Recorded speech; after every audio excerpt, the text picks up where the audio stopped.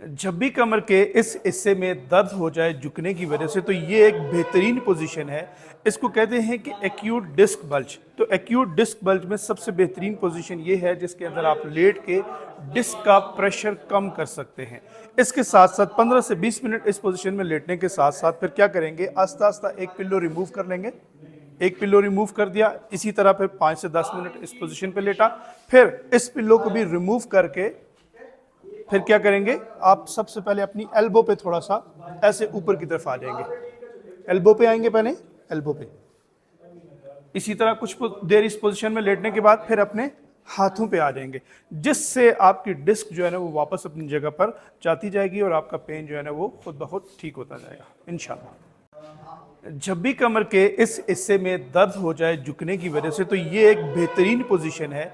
इसको कहते हैं कि एक्यूट डिस्क बल्ज। तो एक्यूट डिस्क बल्ज में सबसे बेहतरीन पोजीशन ये है जिसके अंदर आप लेट के डिस्क का प्रेशर कम कर सकते हैं।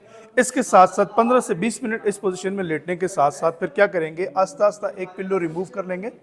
एक पिल्लो रिमूव कर दिया, इसी तरह फिर 5 से 10 मिनट इस पोजीशन पे लेटा, फिर इस पिल्लो को भी रिमूव करके फिर क्या करेंगे, आप सबसे पहले अपनी एल्बो पे थोड़ा सा ऐसे ऊपर की तरफ आ जाएंगे।